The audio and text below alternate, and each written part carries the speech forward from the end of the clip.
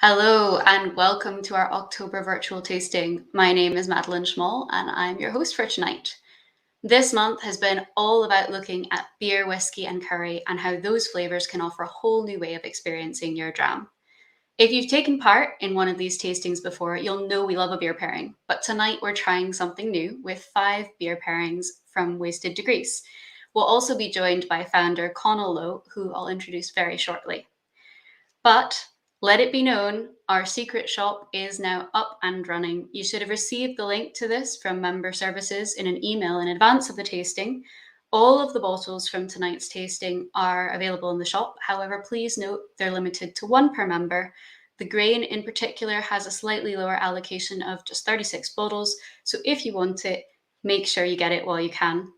I'm going to quickly take you through our running order and then I'll introduce you to your ambassadors for the evening. First up, we have G10.33 coconut, and that's paired with the Wasted Degrees Helles Lager. Next up, it's Cask 5.81, a fruity prescription, which is paired with Wasted Degrees American Pale. After that, we have Cask number 112.90, fruit alloy, which is paired with the Old World Ipa. Next up, it's Cask 1.245, pour it just around midnight, and that's paired with the Kuwait Session IPA. And last but not least, it's 24.153 Midsummer Night's Dram, which is paired with the Wasted Degrees Stout. So this is the point to make sure you have your tasting mat ready. If you've chosen to use any of our food or beer pairings for tonight, let us know what you think in the comments. If you're tuning in after the live tasting, welcome. Please let us know which drams are your favorite. We'd also love to know what you paired them with if you chose something different and what you think of the beers generally. Finally, if you have any questions along the way, please feel free to comment and we can take it from there. But without further ado, I'd love to introduce you to your ambassadors for tonight, along with our very special guest. So first up, we have Olaf. Olaf, Good evening, how are you Madeleine. doing? Good evening. I'm very well, thank you. Looking forward to it. Tonight? Yeah. Yep. On a dreich night like it is in Edinburgh. I mean, it's been raining all day. I'm looking forward to great beers, great whiskey, great company. What more can you ask for? So what looking more forward can to you it. ask for? Indeed. Yeah. Well, I'm also going to introduce our other ambassador for the evening, Peter Eichhorn, who's joining us from Berlin. How are you doing, Peter? Oh, Peter's muted. Hang on. Hey, good evening. I'm saying hi from Berlin, the headquarters of the sausage with curry. And I'm still trying to decide on what beer glass I'm going to use today, what size. So let's see how good the beers are. Excellent. And finally, last but not least, I'd like to introduce you all to Conall Low, founder of Wasted Degrees. Hey, Conall, how are you? Hi, Madeleine. I'm good. How are you? Yeah, fine. I'm ready to get going and crack into these beers and whiskies. Yeah, sounds good to me. Yeah. Well, with that in mind, I think, Olaf, you're up first with the grain. And shall we crack on? Shall we get going? I think we've got plenty to go through, so let's get started. Let's do it. So we got the G10.33. So G, as Madeleine already said, it's a grain whiskey, and it's under the juicy oak and vanilla flavor range. It's 15 years old, but it was 11 years of those in a refill ex-bourbon hogshead, and then we transferred that whiskey into a second fill HTMC. Heavy toast, medium char, all these acronyms these days. So you have to get used to them. And we had additional maturation of about 4 years. Now, why did we do that? We did that to add extra flavor to the whiskey, because that's what we're all about, getting different flavors, new flavors.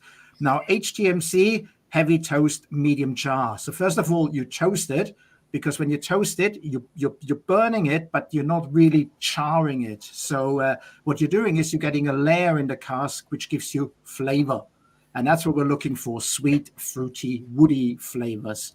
And that's what the heavy toast does. The medium char, which comes afterwards, that's really there to actually get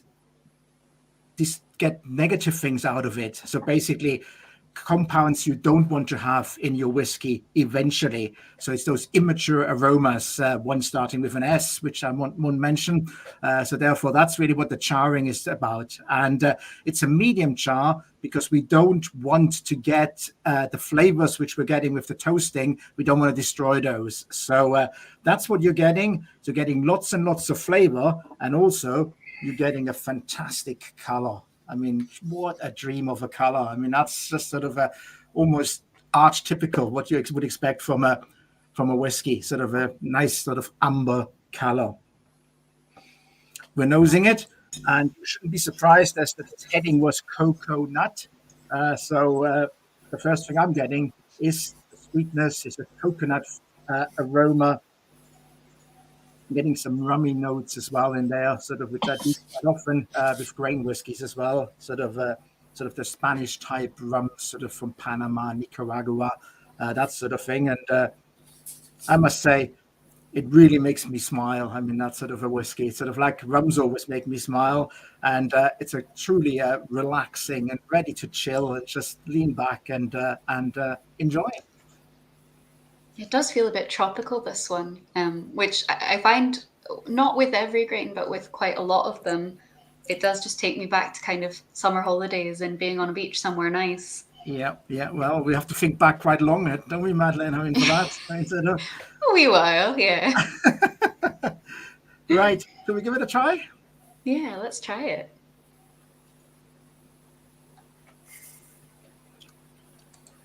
Ooh. That's what I call a Jekyll and Hyde, because it's lovely, sweet and rummy and easy going. And then you have a sip and you realize, oh, there's a bit of spice, there's a bit of peppery, but then it is 61.6% alcohol. This is easy to forget because grain whiskies are usually going into the cask a lot higher than at 63.5. So therefore, even after those 15 years, we still got that sort of a high alcohol level. And therefore, I would sort of say, for me, certainly not on the nose. I couldn't certainly detect the alcohol on the nose, but certainly on the palate. So I would recommend to add a few drops of water to this, me personally, which I will be doing with my good old from the society, my good old noggin. And what do you think, Peter? Is this something you would usually add water to, or? I'll wait a few moments before I add water because in a strange way, it really gives me memories of trips to the Caribbean where you sometimes, when you have a seafood barbecue out by the sea, sometimes you will put fruit like bananas, like pineapples, like mangoes on the grill as well. And of course, cocoa nuts are available very, very often. And some of the flavors remind me of those beautiful moments down in the Caribbean. Yep, I couldn't agree more. I agree. I think, yeah, there's a bit of savoriness there, almost a bit like jerk chicken, like with pineapple. Yep. I'm really thinking of pineapple a lot, like a little grilled. Yeah, I'm thinking quite a lot of banana for me. I mean, that's the thing I'm. Maybe even in a silver foil or something, sort of that sort of. Matthew Bradbury is saying tolerates less water than usual 60% for me.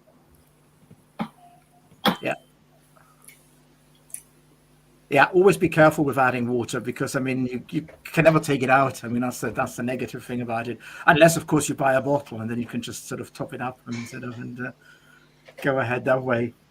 But for me, this is almost. I mean, obviously I've tasted it before. It's a hard job. Someone's got to do it. So I'll try it now.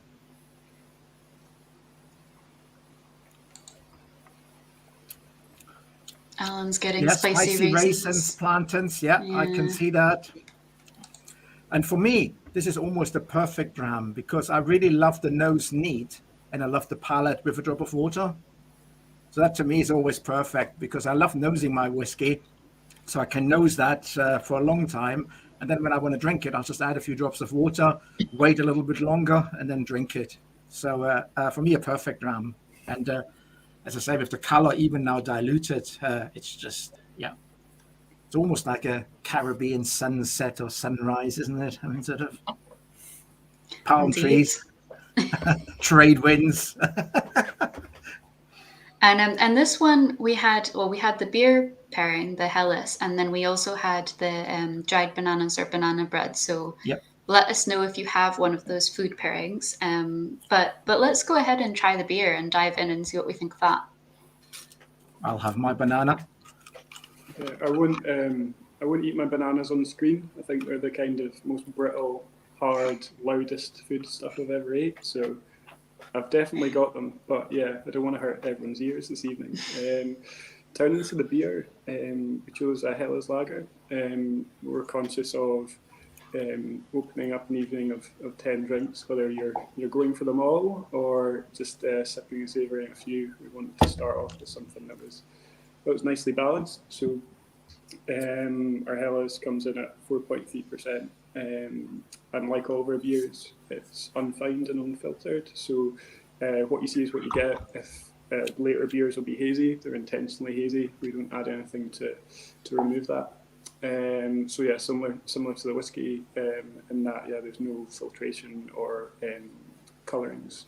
Likewise, we treat our beer in a similar sense, that we're just conscious of using the 4 base ingredients and then sticking to our process with that. So a Hellas lager, I guess what you're looking for from that is something that's crisp, it's refreshing, and it has subtle hoppy aroma and flavour and a little bit of bitterness, but at the end of the day, you're looking for something that's refreshing. It sounds strange to say on a kind of damp, wet Dundee evening where I am, but I associate it with summer as well. So similar to the Caribbean sort of notes that we're picking up in the whiskey of being able to sit and enjoy something in the sunshine.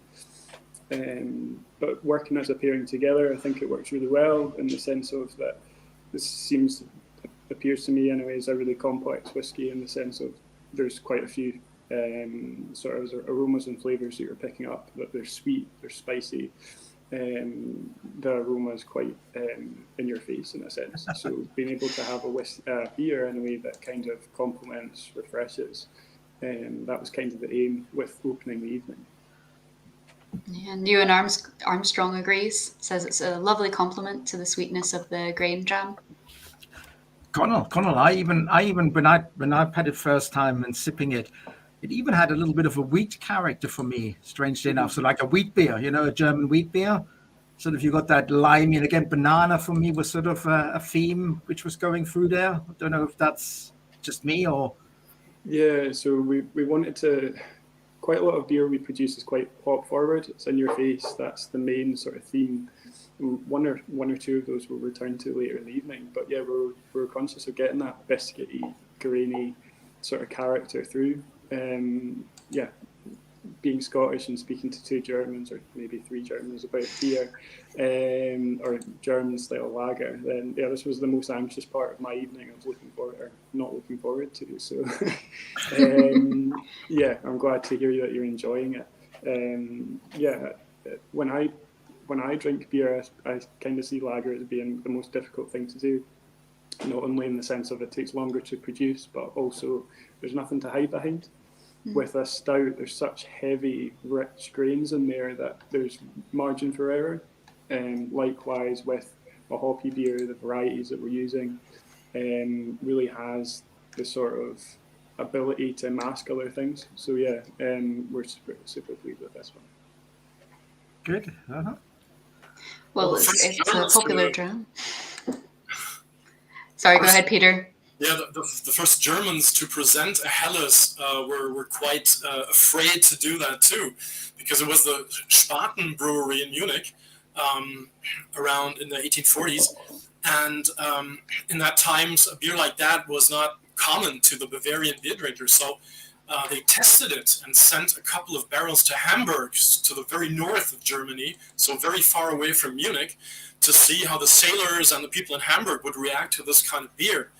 And only after they kind of really liked it, the Bavarian brewery has decided to put that beer style on tap for their homies. Mm-hmm. Yeah. Good No, reason to do it. I'm sort of seeing here sort of a lovely pairing, reminds me of Barbados. Well, and that's where I would like to be now. I mean, sort of many times I've been there, and yep. And someone's suggesting as well a bounty bar, which actually I was thinking about as well. I just wasn't. I think I was a milk bounty bar. I decided rather than a dark one instead of. But again, that came to my mind as well of a nice sort of combination. I don't know if it's the comments or if it's the air that goes along with the whiskey, but I really get more and more chocolatey notes from sip to sip. Yeah, that's why the bounty bar as well did make sense to me. You know, sort of that sort of chocolatey, coconutty. Yeah, I think that would be lovely. Though I think you could almost go with something that was slightly savoury as well. I do wonder if you could serve this up with some kind of a jerk chicken or similar, something that was grilled with fruit, like you suggested, Peter. I think that could work as well. Yep.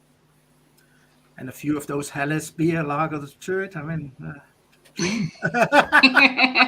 Could get interesting, yeah. Why not? Right, where's the next flight? Actually, I think I don't know who is it. Virgin or British Airways started flying Edinburgh Barbados direct. So here we go. I mean, sort of. They have indeed. That came up on my radar recently as well. Yeah. Well, Conall, before we move on to the next dram, I wondered if you could just tell us a bit about Wasted Degrees, because it's quite an interesting story. And if our members haven't read about it in Unfiltered, then they should. But maybe you could take us through a bit of that. Yeah, brewing started out for me as not being able to find the beers I enjoyed on my doorstep. So I'm from a town called Pitlochry in Highland Perthshire, so home to Blair Athol Distillery, Edgershour as well. But yeah, the shops and bars around me were either kind of uber traditional cask beer, which definitely has its place, or the more kind of well-known brands in Scotland that you find everywhere. And yeah, through experiencing different things, I found I couldn't find the beer I enjoyed. So on the whole, self-taught with a friend of mine who started the business with me. And yeah, this was personal consumption at the core, and we're quite successful at that. And yeah, gradually over time got to a point where we were more and more obsessed, whereby we couldn't keep up with drinking it by the time we were desperate to brew a new thing with a new ingredient or process. So we started taking kegs to parties and bottles as gifts, and word spread really. Things started to snowball for us, and people wanted their beer. So at the time we were actually at university and graduated, hence the Wasted Degrees. So a teacher and an engineer graduated, used the degrees as day jobs, but kind of went off on a tangent. So ditched the day jobs just over 4 years ago, coming up to 5. And started out just with the equipment we had, so by no means viable, but it allowed us to see if people not only liked our beer but would buy it as well. And from there, we've in the last sort of 18 months to 2 years, we've moved to Blair Athol, so a village 7 miles up the road, and we produce 1,000 litres a batch. And at the moment, we're maxed out at 6 batches a fortnight. That's just based on our fermentation space, so it's similar to a distillery with their washbacks. They can only run a certain amount through the stills based on their washback space. So so we're just looking to add more tanks as we go. We welcome people to our brewery during the week as a shop, and then during the summer on the weekends as a bar. So if you're ever passing, even if it's kind of out with sort of pub with shop hours or whatever, just pop your head in, see if we're about. We offer free tours, and it's always great to meet people who are interested in their drink. Not the easiest place to get to. Train's probably your best bet, 5 minutes walk from the centre of the village, or if you've got a designated driver in your life, all the better. If you're looking for a bit of a half and a half, like this evening, we've got a few society bottlings behind the bar. Again, always rotating through them. Excellent. It sounds like it's next place on the list. That's it. Exactly that, yeah. Once the weather warms up. Well, we've actually had a question from Kai, who's asked if we'll give him time to go to the fridge for each beer. So I've kind of said majority rules on that one. So everyone, let us know if you need a minute or two to go and grab a beer, your next beer from the fridge. But I think we'll keep ticking on in the meantime and head on to the next dram slowly. And Peter, I think you're going to take us through this one. Yes, indeed. And in some ways, we just continue the travel that we started on, because we're staying in the lowlands with the 5.81. We're getting a little bit older with 18 years, and if you smell that dram, I think we can just hop on the tropical ideas that Olaf just gave us, and we can stick to them and move on. And yes, it's called a fruity prescription, and of course we're entering the time of the year where some of us will maybe need a prescription, and I'm glad that this time we have a prescription that we really want. And yeah, I get those fruity aromas in my nose. It's beautiful. It's a first fill ex-bourbon hogshead, and our lowland distillery is one that I've known to. They work a lot with bourbon barrels, and then they go into heavy oaky aromas, often on a second maturation. And this with this whiskey, we're staying with the first fill ex-bourbon. So we have the aroma from the cask, and we also have those elements that come with the filtration as the whiskey works its ways a little bit through the pores. I think we always talk about the angel's share, and people love that word. But if you go to Kentucky and you speak to the distillers there, you will also get the devil's cut. That's the whiskey that disappears in the wood. And some distilleries have tried to recreate that aroma, and that sort of gives you the power that you also have in a bourbon barrel to sort of raise my hand for the go bourbon. Yeah, that's quite interesting. Leslie writing here, tried some lager straight after a bit of banana bread. I tasted mint. It's quite interesting how when you I find as well, when you drink a whiskey, then you have maybe a beer or you have something to eat and you drink the whiskey back again. There's just different flavors and aromas as well. It's just the interaction of it. It's just fascinating. It really is. Very often I find with beer as well, it makes the whiskey sweeter somehow, because obviously you got that hoppiness, you got that slightly bitter notes, and therefore then the comparison to the whiskey, it turns it more sweeter. Oh, hello, Jörg. How's Switzerland? Yeah, he's in Bern. Someone's just said Battenberg cake was their first thought on the nose. Yeah. We've also had a question for you, Conall, which is the Horseshoe Bar still open in Blair Athol?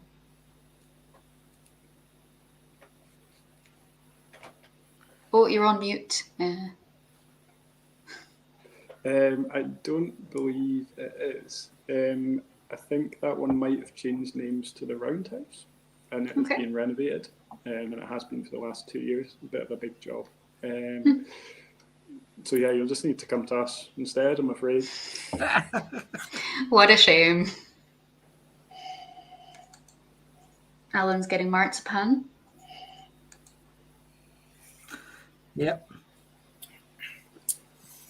Well, if you have a little sip, I wonder if you also share my impression that we do have some citrus aromas. So there is a freshness, some crispy first taste on the tongue. Then if you give it a minute, you swallow it down, and the aftertaste becomes much more serious. I really get that, of course, wood, nutty aromas, and some hints of leather, maybe tobacco. Yep, I'm with you. Yeah, I've written down on my sort of wood sap as well, sort of for me, sort of that's what's coming through.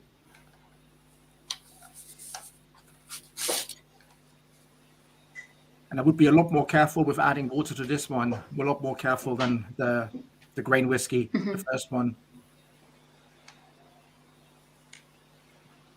Well, Olaf, I think it was your pairing suggestion to go with a classic curry mix. Yes. Here in Berlin, and so the real curry is not as available to us. So all we get is this odd kind of stuff. Right. When one of our national menus in Berlin is the currywurst. Yeah. Going back about 50 years to a lady running a sausage spot, and it was a rainy day. She got bored, experimented with a few spices, and out came that sauce. And she has a patent on it, and so everyone that visits Berlin has to have a currywurst or maybe a doner kebab or second. Yeah. These days now, yes. Yeah. No, we're going with the traditional here in the Bombay mix, which is which I never knew until I reached this country. I mean, sort of the UK that exists. So yeah, but it's just like tonight's literally the first time I tried it. So. But I find it always quite interesting. So you want to sort of have the same flavor, or you want to have a different flavor as well. It's quite fascinating for me as well, sort of, and there is no right and no wrong answer in a way. It can work both ways. I mean, sort of in terms of sort of getting it together and along the same line, or you're actually going contrasting ways and completely different. Well, shall we dive into the beer pairing? Another 1 minute warnings for your 1 minute warning. Just sit here awkwardly for a minute until they. So yeah, next up is our American Pale Ale. Yes. So more complex in the grain or the grist. In that previously in the lager it was just two forms of barley. So it allowed the beer to drop clear naturally. There's less sort of complexity in there in the liquor. So with our American Pale, there's some oats and some malted wheat in there as well in higher proportions. So oats, I guess in simple terms, when you make porridge in the morning and add your water, you might forget about it for a few minutes and return back to it, and it will be quite a bit of a stodgy sort of gelatinous mess. That sort of gelatinous effect can have the same sort of way with beer, so there's more body with this one. It's hazier as a result, and the malted wheat adds a bit more of like an orangey hue to it as opposed to the straw yellow of the lager. So the American Pale, the hops come to the fore the most. So we've picked in this beer American grown varieties just based on the climate and the varieties that are bred over there. They create more of those sweet citrus aromas, and then some sort of pink grapefruit, sort of piney notes as well in the finish. So we chose this specifically for this whiskey, just picking up on those notes Peter identified with that more sort of vibrant, lively, like orange, mango, sort of tropical sort of notes with it as well. So yeah, and going from the whiskey to the beer and back again is quite interesting how that changes both for the beer and the whiskey in your experience of it. I think it's a great pairing, especially when you use those kinds of hops with a whiskey like that in the beer that have those tropical flavors, which the modern aroma hops have, and especially the American ones. And with having a pale ale and not an IPA at the beginning, I think it's a little bit milder, so we don't have that bitterness. And I really like the pairing that you picked for us. Yeah, it's definitely flavorful, but it's not in your face. It's not that tongue stripping bitterness. So yeah, has those complementing, but also complementing sort of notes, but also it's something in its own right. It can match up to those bold flavors of the whiskey. Yeah. For us Germans, it was always a little bit hard to learn from the Americans that they got that craft beer revolution started and put that new impact onto the beer topic. You know, every German thinks that by birth we have beer in our DNA, and it's very, very hard to learn that we're really mistaken. And now, as probably the last country in the world, maybe of the beer world, Germany has picked up craft beer for the last 10 years now, which is not very much if you think that it started in 1979 in the USA. And America really did something for the beer drinker also in Europe. Yeah, it seems like lagers always relied on what are called the noble hops, so varieties that have been around for a long time. But yeah, in the lager previous, we used Mandarin and Bavaria, so still German grown, but a new crossbreed sort of 2012 it was released. So I guess a hybrid in a sense in terms of its flavour profile. It's got those tangerine, orangey notes when used in a reasonable quantity, similar to the US hops, but a lower alpha acid, so less of a bitter kick to it. It's a real popular hop, seems to be sold out every season. Yeah. We've got a wee question here from Jack asking if Scottish hops are a thing.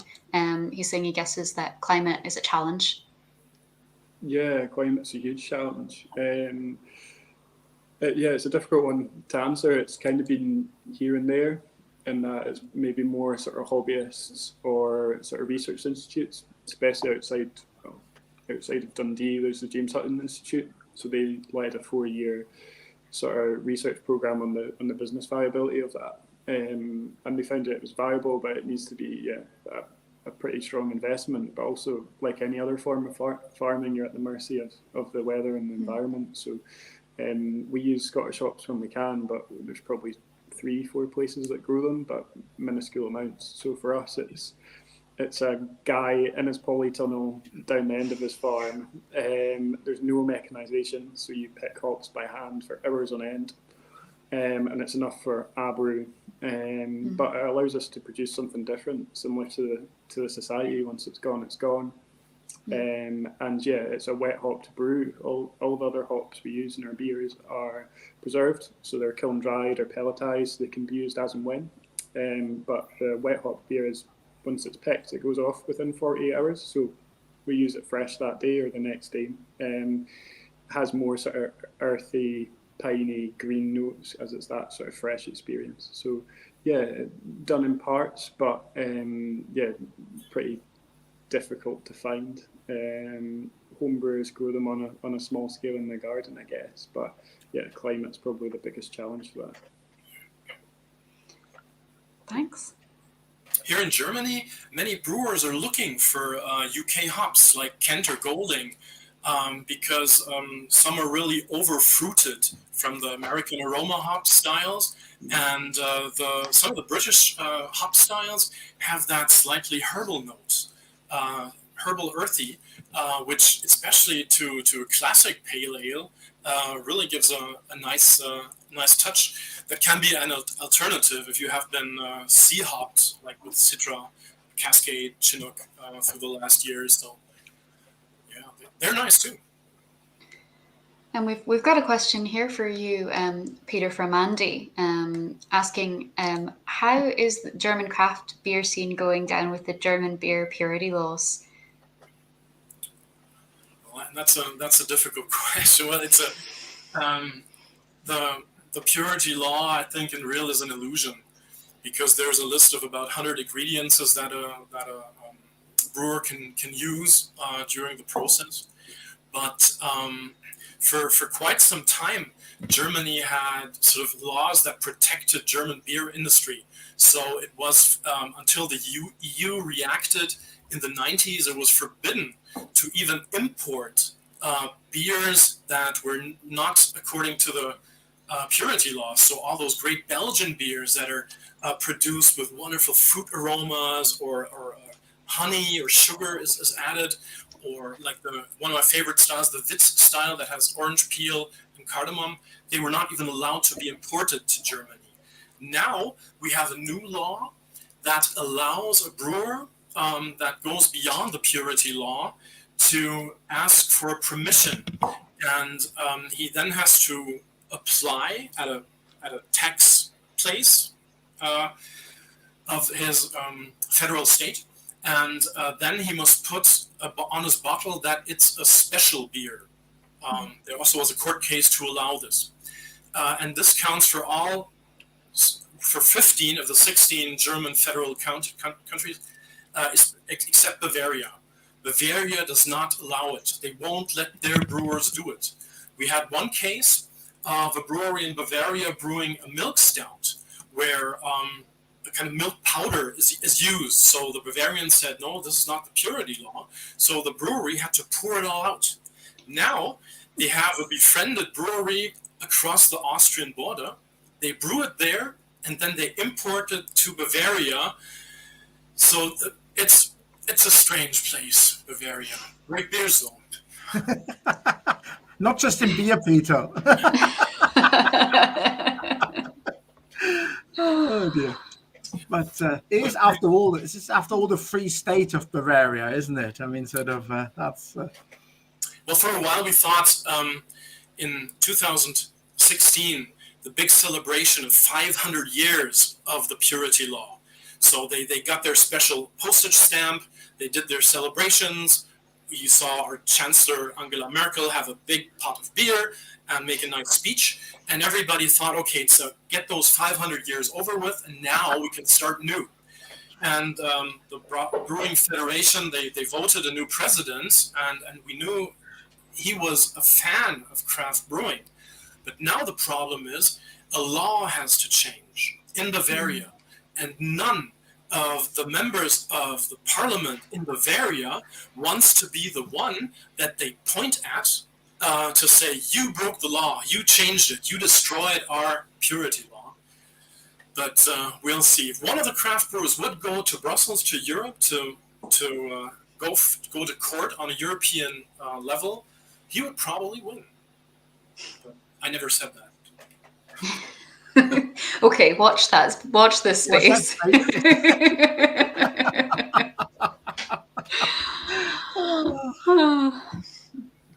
Well, I think I'm just about ready to move on to the next one. If everyone else is. Yep. So let's head on to the 112.90 fruit alloy. Which is another fruit alloy. Yes, it's sweet, fruity, and mellow. It says the lowlands, but it's the highlands. It's just about the highlands. I mean, sort of not that it matters as such, but it is part of the Highland distilleries, Southern Highlands. And as Peter said, we're literally moving slightly north, ever so north. I mean, sort of with the grain distillery, then sort of we could almost walk the West Highland way, in that way, of from the grain distillery to the first malt distillery. And now we're going to come to the next malt distillery, which is a fantastic place. Not looking at it, but actually when you walk into it, it's a miracle. It really is. It's got all those different stills and there's different whiskies in any shape or form. The society alone has 5 numbers for that distillery. So that gives you an idea how versatile that distillery is. And here we got the 112, the 90th cask. Which is second fill ex-bourbon barrel. So second time Scotch whiskey's gone in, 19 years in that second fill ex-bourbon barrel, and there's only 123 bottles. So the Angels seem to like that one quite well, and I think I'll agree with the Angels. It's when you nose it, it's got for me, well, the panel agreed, it said, a sublime nose. So I think if the panel agrees, sublime nose, then there's nothing to say against it. What I find also always good when the panel agrees. Yeah. Well, yes, yeah, we do occasionally. I mean, sort of, but we argue as well, which is all part and parcel of it, because everyone's different. What I'm getting when I'm nosing this is sort of real Mediterranean herbs, sort of an herb garden, maybe an orange grove next to it or something. Sort of, it's that fruity herbal note, which I find just so intoxicating, so wonderful. Sunny as well, warm.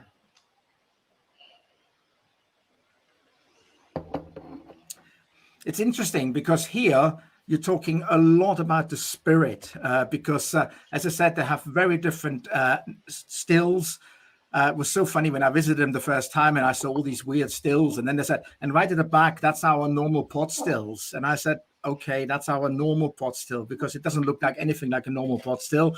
But that's the normal pot still, which we have under 135. That's our number for that one. But here we've got one which is interesting because it's a pot still with a sort of a copper on top of it. So almost like so you get different plates, you get more reflux on it, and it's fascinating. It really is fascinating. It also has a cooling jacket, a cooling ring on the neck, so it increases reflux. The cut points as well are quite strange, 90 to 80. So it's 90% to 80%. So it's those 10% which they're actually collecting.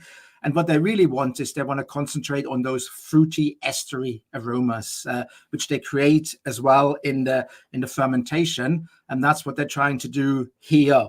And Michael Henry, who is the master blender, he's always saying, for me, this is sort of peach and pear characters that whiskey should have in the new spirit. And then obviously it's developing in the cask. And I certainly get, I didn't get too much peach and pear on the nose, but when you give it a try, I certainly got a lot of passion fruits, mango, and then yes, could be peaches and pears as well. So if you want to give it a try.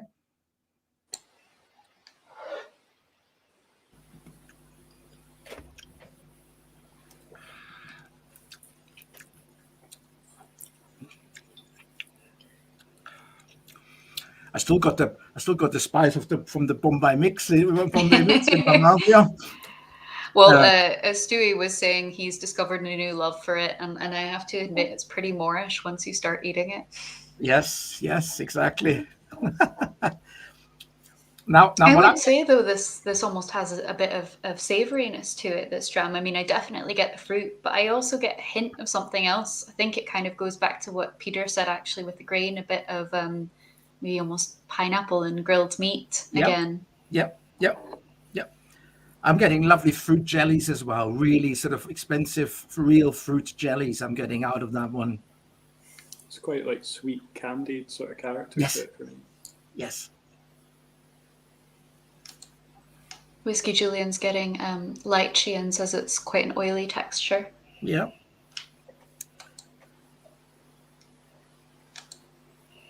Stewie getting Murray mints on the nose, past the fruity. Yeah.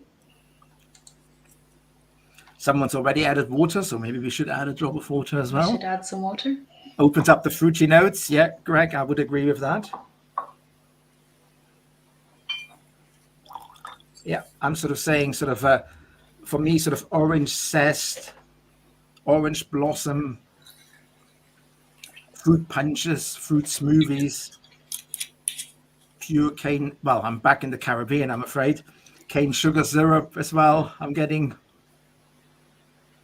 Probably I'm missing it so much. I mean, sort of the warmth and the sun. And Andy's already jumped in there and tried it with the cheese, which I believe Peter suggested mature cheddar was a good pairing for this one.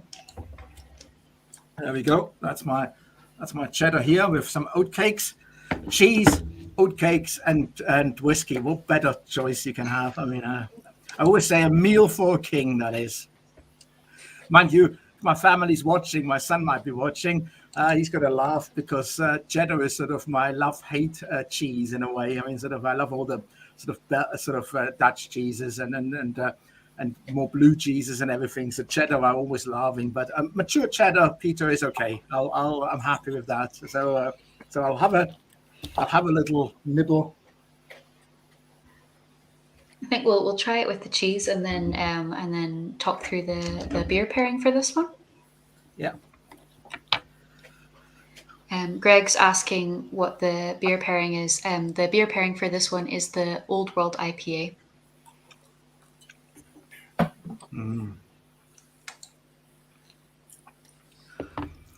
Yep, creamy, peachy. Yep. No, I love my cheese and whiskey. That's for me. Just give me cheese and whiskey and I'm happy. And a beer, of course. With the beer pairing, I wanted to be taken back to, despite I hope I look reasonably youthful, but I'm a big fan of like an old man's bar. And what I describe as that is it's kind of like spit and sawdust. There's no televisions. Being on your phone is kind of frowned upon. And it's like a half and a half, like a 80 shilling or a heavy or a wee heavy, and a whiskey is kind of the done thing. So I wanted my legs to work after the beer though, so it was that kind of trade-off. So this is, I guess, is a trade-off.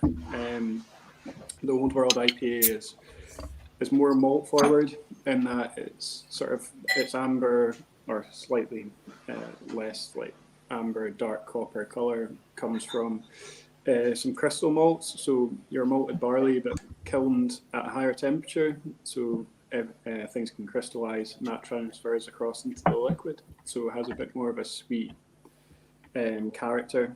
And then we use an English ale yeast, so has more sort of yeast ester character to it. So it picks up those esters that Olaf was mentioned about in the whiskey. The beers previous to this have been sort of what I describe as quite clean flavours from the yeast, in that you're wanting the lagering process and the grain to sing in the lager, and the American Pale Ale, you're wanting clean flavours to allow the yeast to sing, whereas the Old World IPA, more sort of traditional forms of beer, for me, are malt and yeast, a bit more balanced with some light, subtle hoppiness. So for me, this is taking me maybe flash forward 40, 50 years when I'm that old man in the old man bar with my half and a half. I'm an old man, so that's okay then. So I can go ahead, you know. I didn't want to point at anyone on screen. Oh, no, you didn't.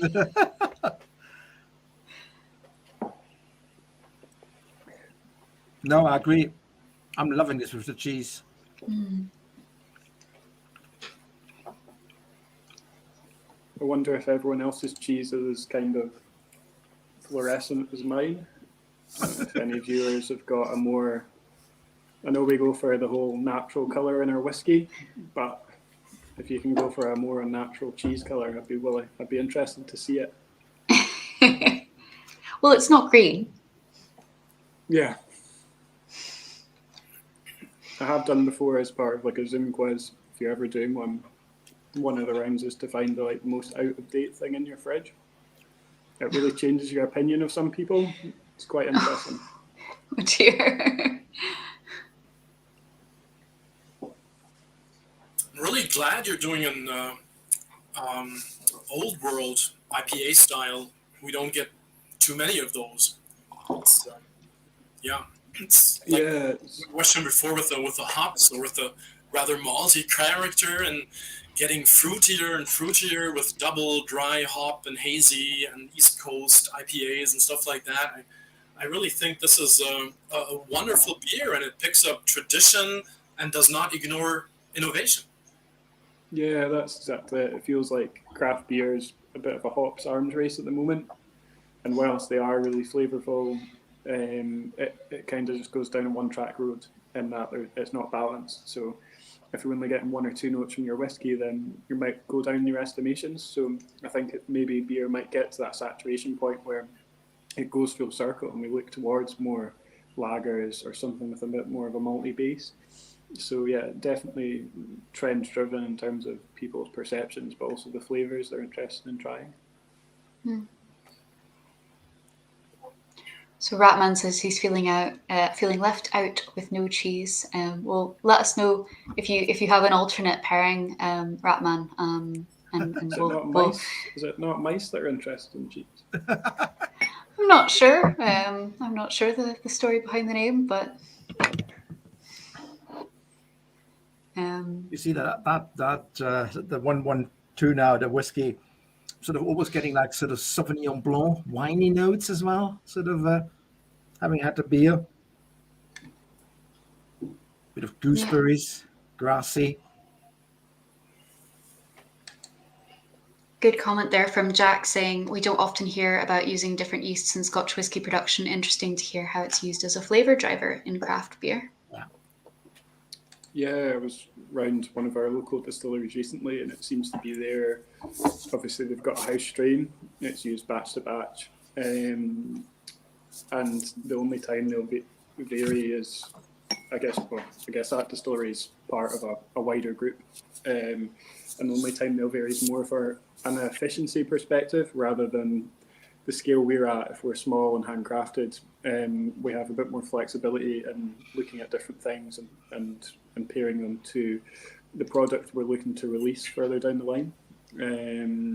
But yeah, I know of I think is at Leith Distillery are looking at different yeasts, but whether that's for when they actually start producing and stick with one, or if they're looking to vary from batch to batch, I'm not entirely sure. But yeah, it's interesting how, sure, malt whiskey's got its certain rules, but there's nothing to say to vary your yeast strains. So it'd be interesting to see, you know, a similar maturation between batches and the same grain from the same field, but the yeast being different within that wash.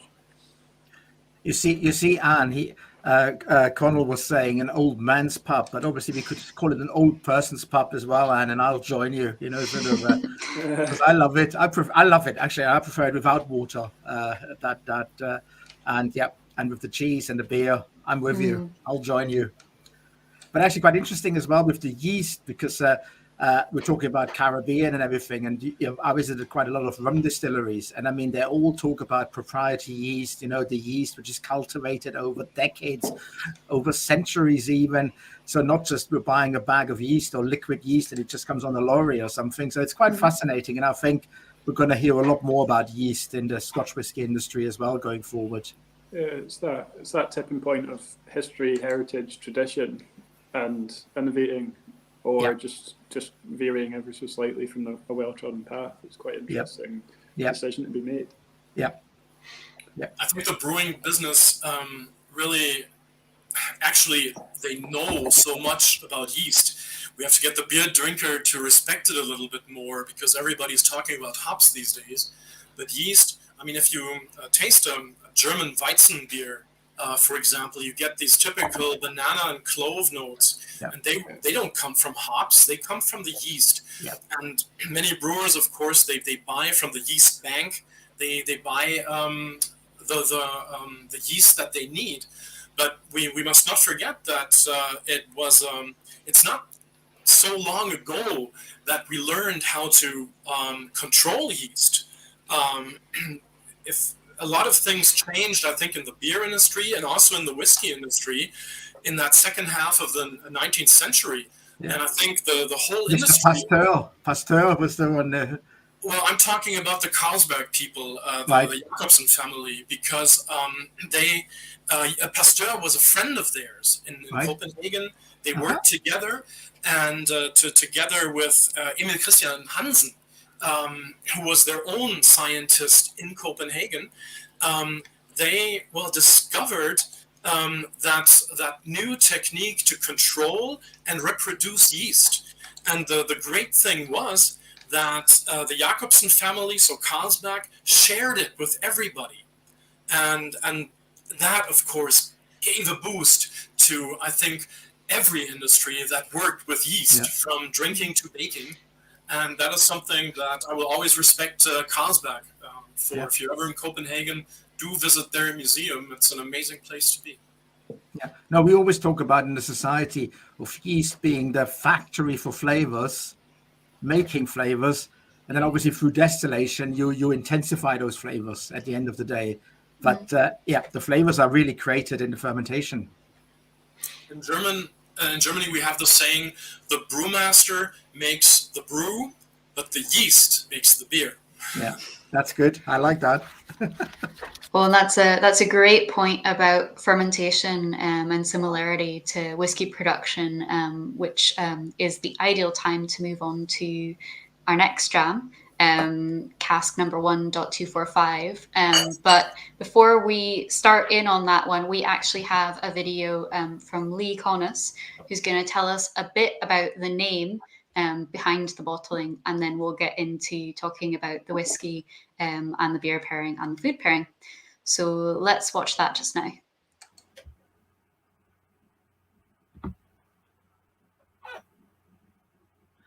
Salutations, people of the internet and whiskey enthusiasts everywhere. It's Lee Connor here. You can call me Connors. I'm a UK brand ambassador from the Scotch Malt Whisky Society, and I'm here to tell you a little bit about what we were up to during lockdown that resulted in this year's brand ambassador cask, which is number 1.245, and it's called Pour Me Just Around Midnight.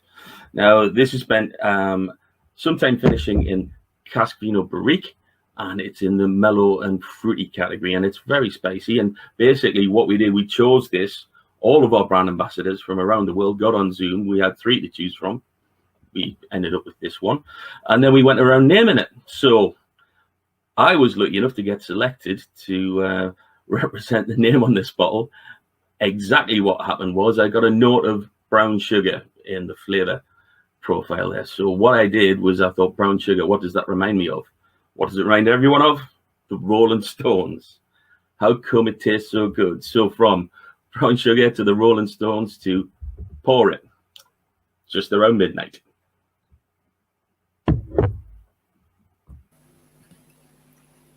So do we have to wait? No, Peter, it is midnight somewhere in the world, sort of. So. And if we would have to wait, you would be an hour earlier anyway, Peter, than us. I mean, sort of. Oh dear. No, I remember that very well. I mean, sort of, because I'm one of the chairpersons of the panel, so it was the 3 chairpersons, and we 3 all had to sort of champion one of those casks in that Teams meeting or whatever it was. I mean, sort of, and it was fascinating. It really was.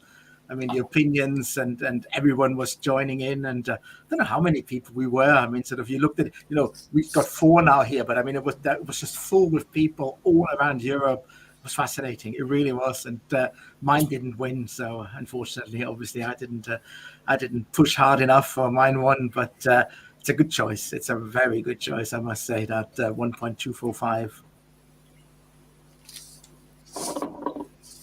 For me, it tastes a lot older than those 7 years. Yes. Yeah, Peter, I was just thinking, everyone's going to look at this color and say, oh, it must be old, because it's that. Leslie, I know.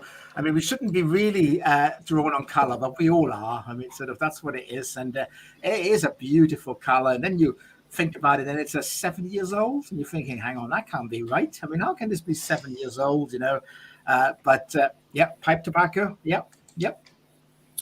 But it is 7 years old because it was 5 years in a bourbon hoggy and a hogshead, and then it was 2 years in a first fill, as it says here as well, ex-Cosecha Weinberg. And now I'll explain a little bit because for my sins, I love my whiskey, of course. I love my rums, but I also love my sherries from Jerez. And we are here in the heart of sherry country in Jerez. It's a company which is a winemaker in the 9th generation. So it's since 1729 they were founded. A very discreet company, very small. That's painfully low quantities. Nobody really knows about it, but obviously we do, the Scotchman Whisky Society. And its philosophy is different to everyone else in the sherry region because all they're focusing on is on Pedro Jimenez grapes, PX. Now, when we hear PX, we're thinking of sweet wines, of really heavily sweet wines, Pedro Jimenez, which very often gets mixed with Oloroso, and then we get the British cream sherries. But PX, you can make very dry wine as well, of course. It's all a question of about where do you cut it, where do you stop the fermentation, how much sugar do you still leave in there. And this one only uses PX grapes and not Palomino grapes, which are basically 95% of all sherries, which are made from the Palomino grape. So that one, as they call it, cosecha means nothing else than harvest in Spain. But for these guys, and I've visited them, I've been at the bodega, and it's a wonderful bodega, really in the middle of nowhere. I mean, sort of fields just around you, the white soil as well, the Albaritza. It's a dream. And of course, I've been there, seen the casks, which we actually bought then afterwards. So I had to do some quality check of the wine as well, just to make sure that it's the right cask. And I've tried all their sherries there, and it was wonderful. It was great. I took a taxi there and a taxi back, of course. Otherwise, I would not have made it.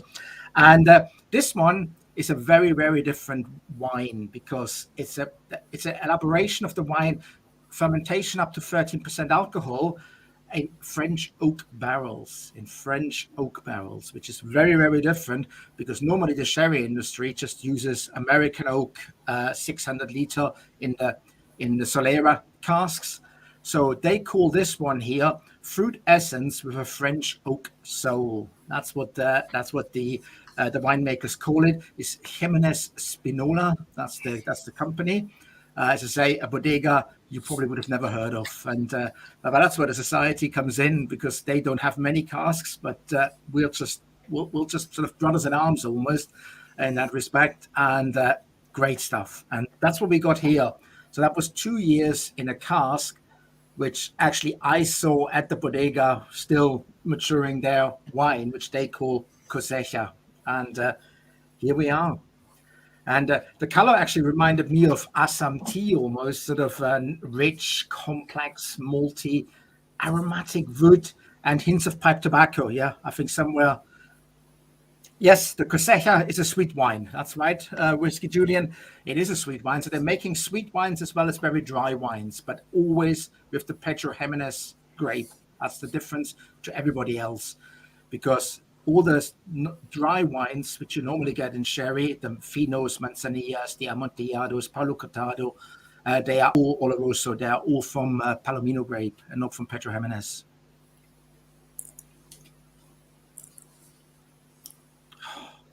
Yeah, I'd be curious to know as well if anyone has tried the food pairing for this one, which was Olaf suggested chocolate covered macadamia nuts, but you may have also gone for chocolate with orange. Couldn't find my macadamia nuts. That was going back when I many years ago. I always say BC. That was before children, which is for me now a long time ago. I was in Hawaii, and they were known for their macadamia nuts, and it's just wonderful. And then chocolate covered as well. But of course, I couldn't find them in Edinburgh, so I was going as well. Because I've been very often in Switzerland as well for 10 years doing tastings.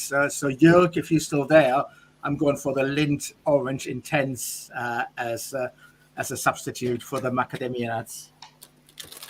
I'm matching with you on that one, Olaf. That's what I've got, and I've just tried it, and it's stunning with this dram. It's really, really good. Yeah. And the problem for me is I have to pour it before midnight, because I would like to smell this for so many hours, and otherwise I just fall asleep because, past midnight for me is far too late to go to bed. So I'll have to pour this, unfortunately, I have to pour this earlier because it is just, sorry, Madeleine. I was just going to say, I've got one more question from Whiskey Julian, who says, think it also means vintage? It could be. I know Julian is a linguist, so I'm not going to say no. But as I say, I know it's harvest. I mean, but it might be vintage as well. I mean, that's the thing about those words; they sometimes mean more. So I certainly wouldn't disagree with Julian on that. It means harvest, but it is used for vintage in Spain. Thanks, Peter. There you go. I just added some water, and it's amazing. It gets spicier. I think it's. Really get serious with that. And I haven't tried it yet because I'm still nosing it, because as I say, I could nose this again all day, all night. I mean, but I've written with water. I thought it had sort of more of like a Jamaican rum cake or something. So that's sort of a little bit of spiciness as well coming in with a drop of water on the taste.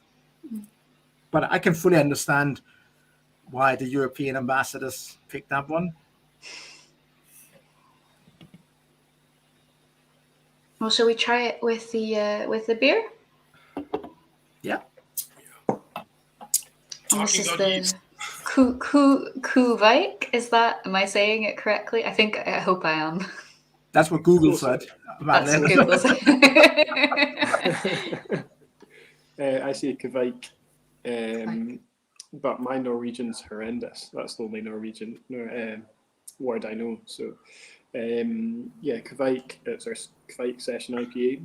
Kuvike is a style, a family of yeasts, and I guess it follows a similar fermentation pattern to what you'd have with your wash prior to distilling, in that we ferment this beer in 48 hours. It ferments between 37 and 40 Celsius. So to put that into context, the lager we had at the start ferments at 12 Celsius throughout, and 90% of the other things that we do are ales. They ferment 18 to 22. So if we were to let the beer ferment at that 40 Celsius using any of those other yeasts, the beer would go off. It'd have horrible diacetyl, buttery esters, and essentially just considered as off flavours. Your beer's gone off at that point. But this yeast strain thrives and survives at that sort of operating temperature. So the sort of result with the beer is that it has a soft citrus aroma, so pairs nicely with American hops. So I guess this would be your quote trendiest beer, in that it is super hazy. So in the grist and the grains, there's a ridiculous amount of oats and wheat to get that bright, vibrant yellow colour. And then, we use 3 American hop varieties, like we were discussing earlier, American varieties with all the crossbreeding they're doing. The climate creates like a mango, passion fruit sort of character. So, with this sort of sweet marmalade notes we were hitting with the whiskey, I was looking to try and compete with those quite strong flavours, for want of a better word. So I went down that citrus route, full-bodied beer with a bit more body from the grist there. Yep. I think you really get that. Like I've kind of gone between all 3 now while you've been talking about it, and it just it becomes like buttery mango and dark chocolate, and it's just all of it together is it's like a really nice trifecta of flavour. Conall, am I right in saying this is a beer you constantly brew? That's one of the few. Yeah, so it's the only beer that we repeat, so it's always available. Yeah. I guess not necessarily our business model, but I guess it is in a sense, is that we only produce one beer year round. Everything else we produce is a one-off, so we don't repeat ourselves. So I guess in a sense similar to the society, once that bottling's gone, it's gone. Yeah. There's nothing else like it with the same maturation, the same percentage, the same age from the same distillery. So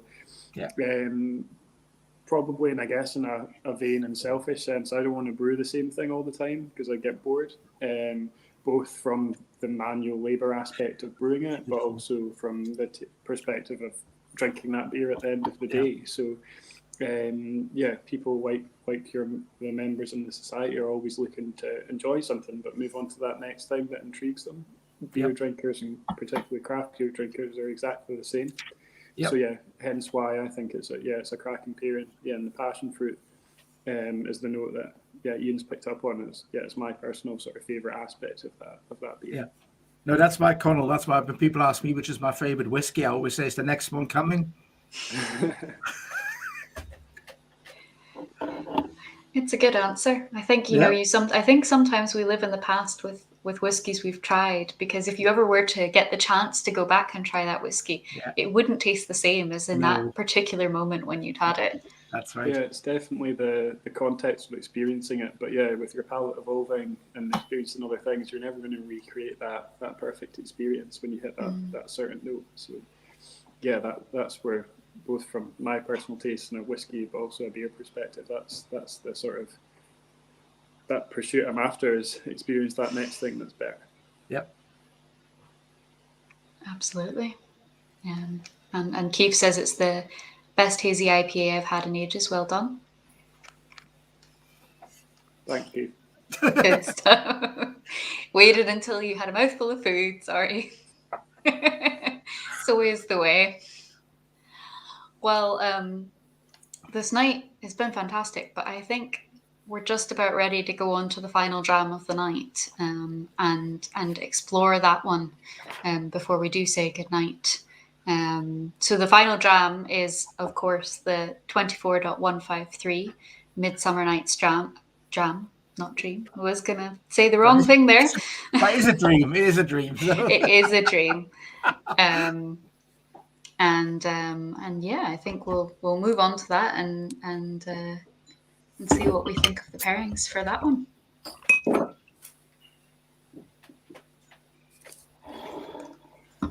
Okay. It wins in the colour stakes, right? Incredible. Indeed. It is incredible. Indeed. It is incredible. The colour of that is pretty phenomenal.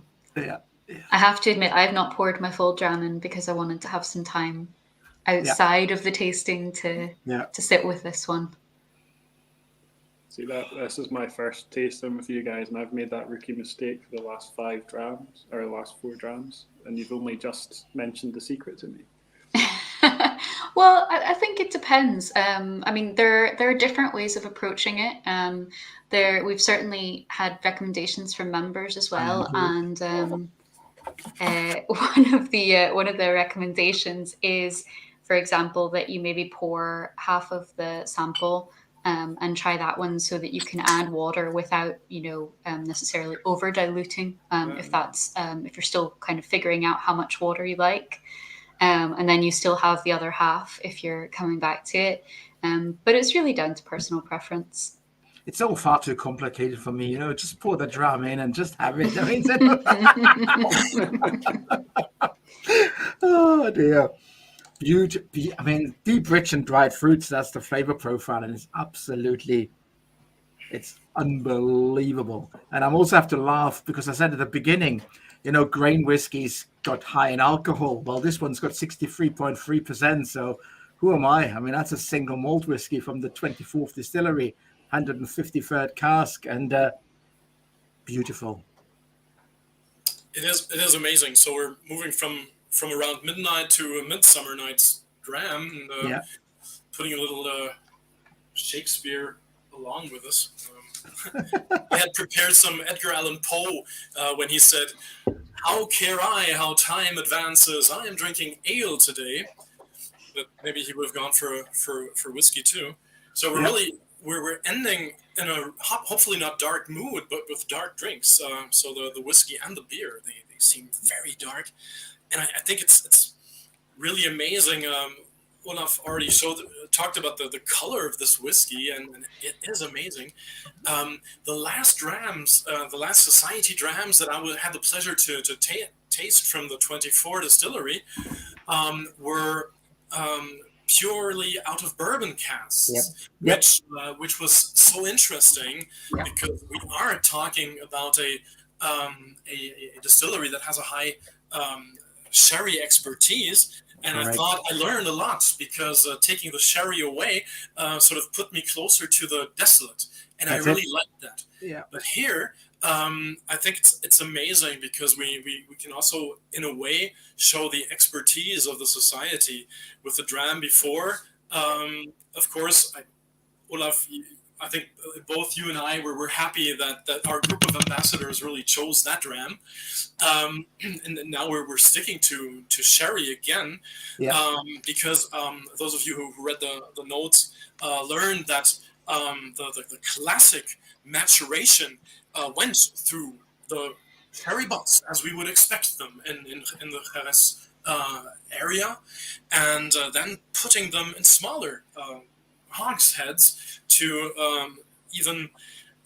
then mature them more. And those of you who know the Solera system, it's very difficult to say how old the sherry inside is, but in this case with a hogshead, we know it's a first fill, and so I'm not quite sure how much of aroma and how much of color we're getting from that last maturation that we had in there. A lot, Peter. A lot. It is amazing. A lot. Because I mean, they were all distilled. All these casks from the Oloroso butts were all distilled on the very same day, on the 13th of October, 2008. And then we basically emptied all these casks and then moved them into different casks. And some of them were bourbon casks, and this one is a first fill Oloroso hogshead, which is obviously very, very rare that you have an Oloroso seasoned hogshead, because you're talking about the butts, you're talking about sort of 500 liters. Here you're talking 250 liters. So the time it's spent in there, it's stunning. And it really created a completely different whiskey to what it was earlier on in the butts. And I think it's a beautiful combination with the beer too. I'm in a desserty kind of mood, because the whiskey gives me some nuts, some rather bitter chocolate, Yeah. and along with some raisins, some cherries, maybe even, and add this with a stout. You get the chocolate on top. I mean, I want that cake. Yeah. No, it reminded me really. I mean, when I nosed it and tasted it, it reminds me really of a Paulo Cortado sherry, really, which is the most ambiguous of all the sherries, because no one really knows it. I mean, sort of no one really understands it. It's sort of the magic of Paulo Cortado. But I used the Consejo Regular, which is the SWA, the Scotch Whisky Association in Jerez, and they define a Paulo Cortado, the bouquet of an Amontillado. So you have biological and oxidative aging with the body and palate of an Oloroso, which is only oxidative matured.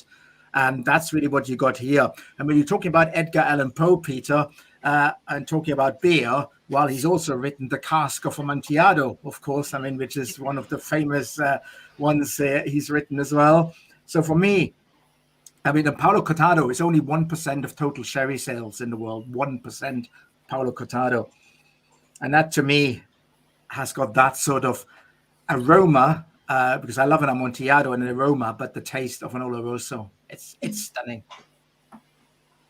And people mentioned coffee and tobacco. I mean, actually, what I came up with at the end of the day was an affogato, sort of vanilla ice cream and a shot of hot espresso. That to me was sort of describing that one, sort of for me, just to a T. I think that's why actually this dram in particular, like I think you had suggested raisins and I said vanilla ice cream. But it was something that I was out at dinner one night and there was a very knowledgeable sommelier, and I ordered a glass of port. And he said, "Oh, you need to try port over vanilla ice cream."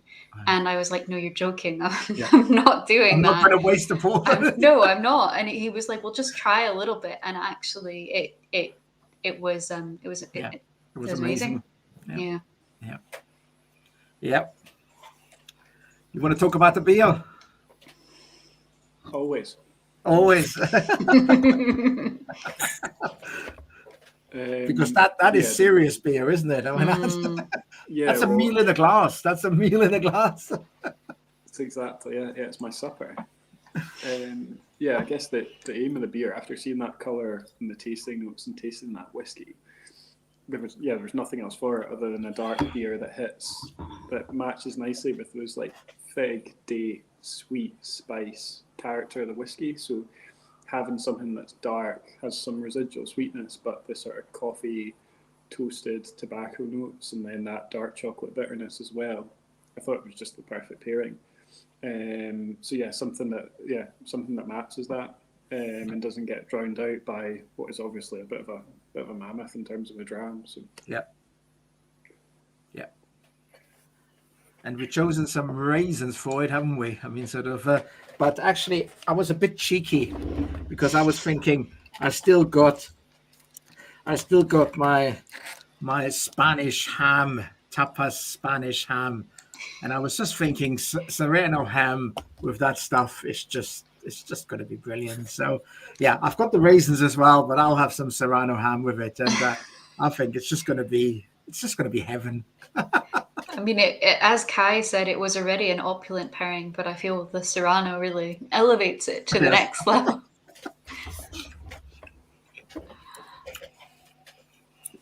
I took some chocolate, and it works nice for me too. Yeah, so three combinations. Wonderful. But I think it's those magic moments in tastings, pairings, that when you have two products that each one on its own is great, as in this case, then together they start dancing, and something, they just don't walk side by side, they start dancing, and something number three happens. Yeah. So it's like 1 + 1 is not 2, but it's 3. Yes. I mean, that's the sort of, I haven't tried raisins wrapped in Serrano ham, so I'm gonna try that, but I'll try that after we finish because I might make a mess. I mean, And I think that's a really good point as well, Peter, is that, you find that magic combination, and we've talked about it already, that, maybe you only pour half of the dram or some of the beer. But I think even, when we aren't working with beers, when it's just a whiskey tasting, by all means, try the drams in the order and then come back to them throughout the night, because they will change in the glass. And you've added water to them, it's sitting in the room, it will just slowly transform, and also your palate will change. So you could have a completely different experience, and something that you maybe didn't necessarily gravitate towards initially might all of a sudden be the game-changing dram of the night. Yep, Madeleine, absolutely right. That's what I say to a lot of people as well. If you don't like it straight away, just leave it sitting there for half an hour or something. Go back to it. And I'm not saying it's going to be the best dram, but it's changing, and it might just change for you personally to become better. Absolutely. Yeah. Well, I feel like we're at that point in the evening where I'd like to know what your top drams were first. And then everyone who's kind of participated as well, like, go ahead and pop in the comments what your favorite dram was, and also your favorite beer, whether it was the ones we matched or whether you've come back and maybe found a beer that you preferred a different whiskey with. Let us know in the comments. And Olaf, I'm going to start with you. Oh gosh, favorite whiskey and beer of the night. That wasn't in the script, was it?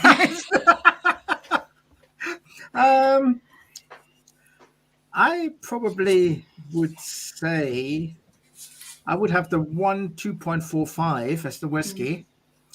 I would have some Serrano ham with it. And the beer, I'd probably take the Old World IPA. Cool. That would be sort of, I think, I'm not sure if it would go together. I'll check out, when once we're off screen, I'll try these three things and see if it works. But that's sort of, I think that's what I would be picking. And Peter, what about for you? Well, I was fascinated by the 1.245 because you could sort of always come back to it, and it will add a little bit more and give you something else. And I just had it together with the Helles, and that worked nicely for me too, because the Helles sort of in a different way than the hoppy ales or the stout sort of cleanses your palate, and sort of helps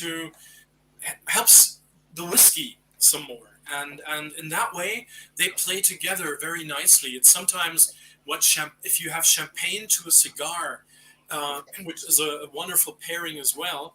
The champagne will always will never break against the tobacco, but will refreshen your palate and cleanses everything, and it sort of the joy goes longer. I like that. Yep. Conall, how about you?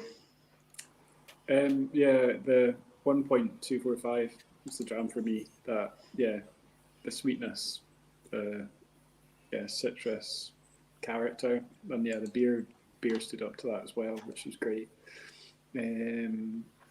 But it's like, as beer goes, like, I'm right into a lager mood at the moment. If you're neglecting your lagers at home, I'd wholeheartedly recommend getting involved with something like that. Something more light, delicate in terms of whiskey pairs really nicely.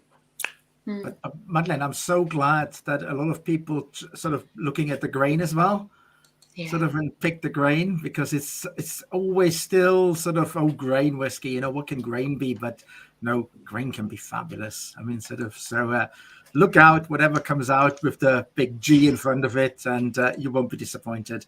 But now, Madeleine, what was your pick then? Do you know, I'm not going to be that person that says I liked all of them, but I did like all of them. So I expected to like the grain best, because I have discovered that grain can really surprise you, and I really enjoyed that. But actually, the combination of beer and whiskey that did it for me was the 1.245, because it's a beer that I maybe wouldn't traditionally have approached on its own. But trying it with the whiskey and seeing the kind of duality between the two and the flavor notes and how they play off of each other, I'm going to say it is like, it's like a dance. It's like a song, a bit like music. It just happens to come together at the right time. So, Yep. yeah, it's been a great journey going through all of these with you guys. Yeah, no, it's fascinating. Well, I'm going to send everyone off with a wee toast, but thank you so much, gentlemen. It's been an absolute pleasure. Thank you for joining, and thank you to everyone at home so far who's been along the way. Yep. I'm going to do a bit of housekeeping, and then we're gonna end things for the evening.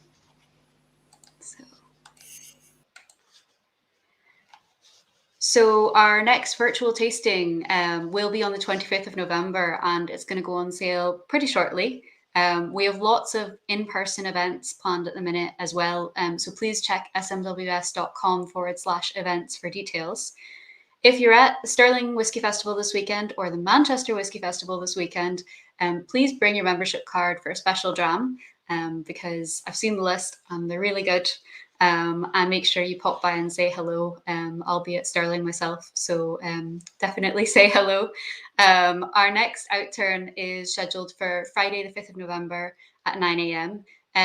Please pay particular attention to our announcements around this, as we are keeping our outturns the same for November and December. They'll still happen, we'll still have First Friday, but we'll also be adding additional releases in every Friday in November and December. And the outturn will have the details of all of those whiskies. So you'll be able to look at the month ahead, know what day things are coming out, and plan accordingly. But most importantly, it has been a delight sharing these drams with you. And let's raise a glass until next time.